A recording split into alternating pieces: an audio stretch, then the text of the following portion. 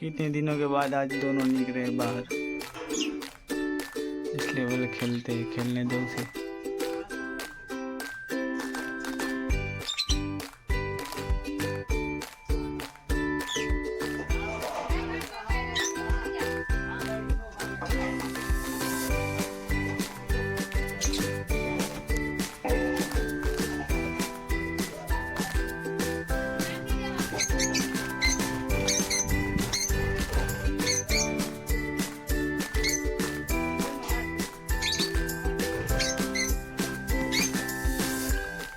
खड्डे में वापस चले जाते हैं।